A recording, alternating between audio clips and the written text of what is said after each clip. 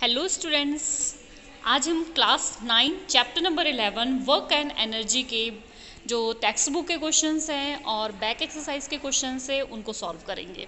ठीक है, तो सबसे पहले हम स्टार्ट करते हैं। इन टेक्स्ट बुक के अंदर जो है एनसीईआरटी टेक्स्ट बुक जो पेज नंबर है 148, ठीक है, उसके क्वेश्चन को सॉल्व करते हैं। मैंने इसकी वीडियो जो है ब्लैक बोर्ड पर समझा के भी डाली हुई है, आप वहाँ से भी देख सकते हैं। Question number 1, a force of 7 Newton act on A object. एक फोर्स है 7 न्यूटन का, वो एक ऑब्जेक्ट पर एक्ट कर रहा है। ठीक है, the displacement is say 8 metre in the direction of the force, और उसकी डिस्प्लेसमेंट जो है 8 मीटर है। ठीक है, फोर्स की डायरेक्शन में। Let us take it that the force act on the object through the displacement, what is the work done in the case. अब आपको बताना है कि जो ये फोर्स लग रहा है किसी ऑब्जेक्ट पे और उसमें डिस्प्लेसमेंट आ रही है तो उसमें कितना वर्क डन हो रहा है। ठीक है, तो यहाँ पर ये आपका ऑब्जेक्ट है, इस पर 7 न्यूटन का वर्क हो रहा है, तो इसकी डिस्प्लेसमेंट कितनी हो रही है, 8 मीटर हो रही है। तो आपको ये पता है बिल्कुल सिंपल सा कि हमें तो पहले क्या गिवन है, डिस्प्लेसमेंट गिवन है 8 मीटर, फोर्स कितना दिया हुआ है 7 न्यूटन। तो वर्क डन का फॉर्मूला पता है, फोर्स इंटू डिस्प्लेसमेंट। तो मीन्स वर्क जो होता है फोर्स और डिस्प्लेसमेंट के प्रोडक्ट के बराबर होता है। ठीक है, तो फोर्स हमारे पास कितना है 7 और डिस्प्लेसमेंट कितना है 8, दोनों की मल्टीप्लाई किया तो कितना आ गया 56 जूल लगाएंगे। क्यों? क्योंकि ये वर्क की क्या है, यूनिट है। नेक्स्ट हमारा पेज नंबर 149 का क्वेश्चन है कि when do we say that work is done. कब हम कहेंगे कि वर्क हुआ है। ठीक है, इसके लिए आपने अगर चैप्टर नहीं समझा है तो पहले आप चैप्टर का एक्सप्लेनेशन ज़रूर देखें और उसको समझें, तभी आपको क्वेश्चन समझ आएंगे। तो कब कहेंगे, work is said to be done when a force causes displacement of an object in the direction of the applied force. Next question है हमारा एनसीईआरटी टेक्स्ट बुक का पेज नंबर 149, क्वेश्चन नंबर 1। अगर आपने पहले जो है चैप्टर को नहीं समझा तो पहले आप चैप्टर को ज़रूर समझो, तभी आपको क्वेश्चन समझ में आएंगे।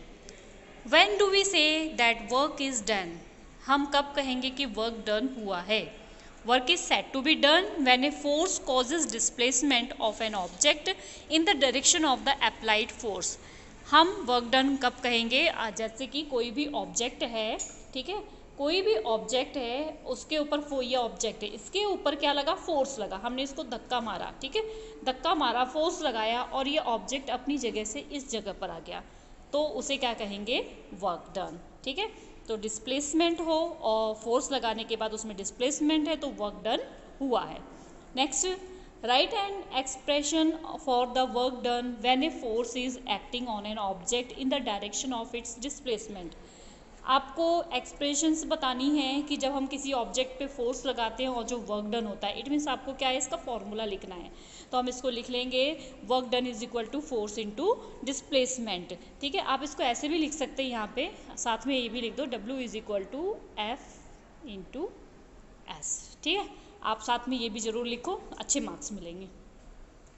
Next question number 3, define 1 joule of work.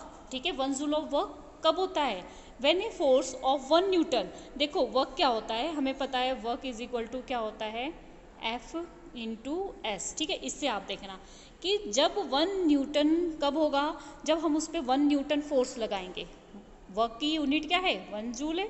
ठीक है, और फोर्स की यूनिट क्या है, न्यूटन है, और डिस्प्लेसमेंट क्या है, मीटर है। ठीक है, तो ये आपने बस देखना है कि जब हम 1 न्यूटन जब इसमें फोर्स हम 1 न्यूटन लगाएंगे, डिस्प्लेसमेंट 1 मीटर होगा, और डायरेक्शन ऑफ वर्क तो मतलब उसके साथ में ही होगा। ठीक है, इसकी उसी डायरेक्शन में होगा जिस डायरेक्शन में फोर्स लग रहा है, तो वो क्या होगा, work done is said to be 1 joule. ठीक है, तो अगर इसकी यूनिट 1 जूल है, फोर्स भी कितना होना चाहिए, 1 न्यूटन, और डिस्प्लेसमेंट भी क्या होना चाहिए, 1 मीटर, तो उसे क्या बोलेंगे, 1 जूल। नेक्स्ट क्वेश्चन है हमारा, a pair of bullocks exerted a force of 140 Newton on a pluff, the field being the pluffed in 15 meter long, how much work is done in pluffing the length of the field। अब एक खेत है, ठीक है, उसमें आपने क्या किया है कि जो बुल्क हैं, जो बैल है, उनके 2 जोड़े ने 140 न्यूटन का फोर्स लगाया हुआ है। ठीक है, और कितने मीटर प्लफिंग किए उन्होंने? 15 metre long. How much work is done, अब उन्होंने कितना काम किया? तो हमारे पास सिंपल फॉर्मूला है, आप अभी अभी हमने पढ़ा कि work done is equal to force into displacement. अब यहाँ पर फोर्स कितना लग रहा? 140 न्यूटन लग रहा, तो फोर्स की जगह हमने 140 लिख दिया, और जो है डिस्प्लेसमेंट कितनी है? 15। तो दोनों को मल्टीप्लाई करके हमारा क्या आ गया? 2100 जूल। जूल क्यों लिखा हमने? क्योंकि वर्क की ये यूनिट है। नेक्स्ट क्वेश्चन पे आ जाते हैं। NCERT text book for class 9 chapter number 11 का page number 152। What is the kinetic energy of an object? एक ऑब्जेक्ट की काइनेटिक एनर्जी क्या होती है? The energy possessed by body by virtual of its motion is called kinetic energy. ऐसी energy जो किसी body में जो है मोशन लेके आ जाती है उसे क्या बोलते हैं? Kinetic energy. यहाँ ऑब्जेक्ट है, ठीक है, जब ये रखा हुआ है तो इसके अंदर पोटेंशियल एनर्जी है। जब हमने इस पर फोर्स लगाया या किसी भी फोर्स हमने लगाया, किसी भी फोर्स से ये जो है आगे की तरफ बढ़ गया, ठीक है, आगे की तरफ बढ़ गया, इट मीन्स इसमें कौन सी एनर्जी आ गई?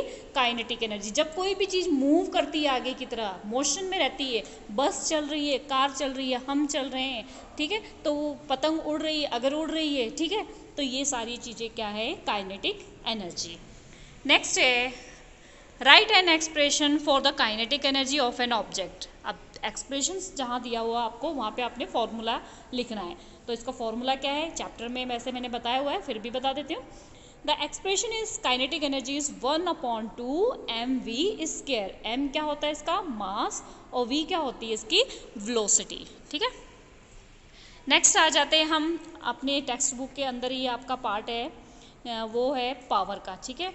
तो अगला पार्ट पेज नंबर 152 का क्वेश्चन है ये आगे। इसका क्वेश्चन नंबर 1 है व्हाट इज पावर? पावर क्या होती है? Power is defined as the rate of the doing work. हम जितना काम करते हैं, जितनी रेट से काम करते हैं, उसे क्या बोलते हैं? उसकी पावर, ठीक है। तो next question number 2, define 1 watt of power. 1 watt of power क्या होता है? When a work of 1 joule is done in 1 second. अब P इज इक्वल टू क्या होता है? W/T, ठीक है। तो 1 जूल अपॉन 1 सेकेंड वर्क है, तो वर्क का क्या होगा? 1 जूल। टाइम क्या होगा? 1 सेकेंड। अगर हमें पूछा हुआ है 1 वॉट, और पावर की यूनिट क्या होती है? वॉट, ठीक है। तो यहाँ पर हम लिखेंगे power is equal to W/T। हमें पता है कि क्या है? 1 जूल मीन्स आपको क्या है? वर्क, ठीक है। 1 joule is done in 1 second. 1 joule work जो है 1 सेकेंड में जो डन होता है उसे क्या कहते हैं? 1 वॉट, ठीक है। Next, A lamp consume 1000 joule of the electrical energy. एक लैम्प है जो 1000 जूल इलेक्ट्रिकल एनर्जी को कंज्यूम करता है 10 सेकेंड में। बट इट्स पावर, पावर क्या होगी?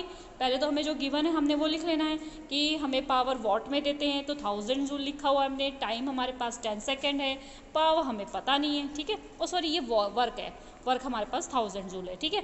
अब पावर का फॉर्मूला हमें पता है, अभी मैंने बताया क्या था आपको? W/T, ठीक है।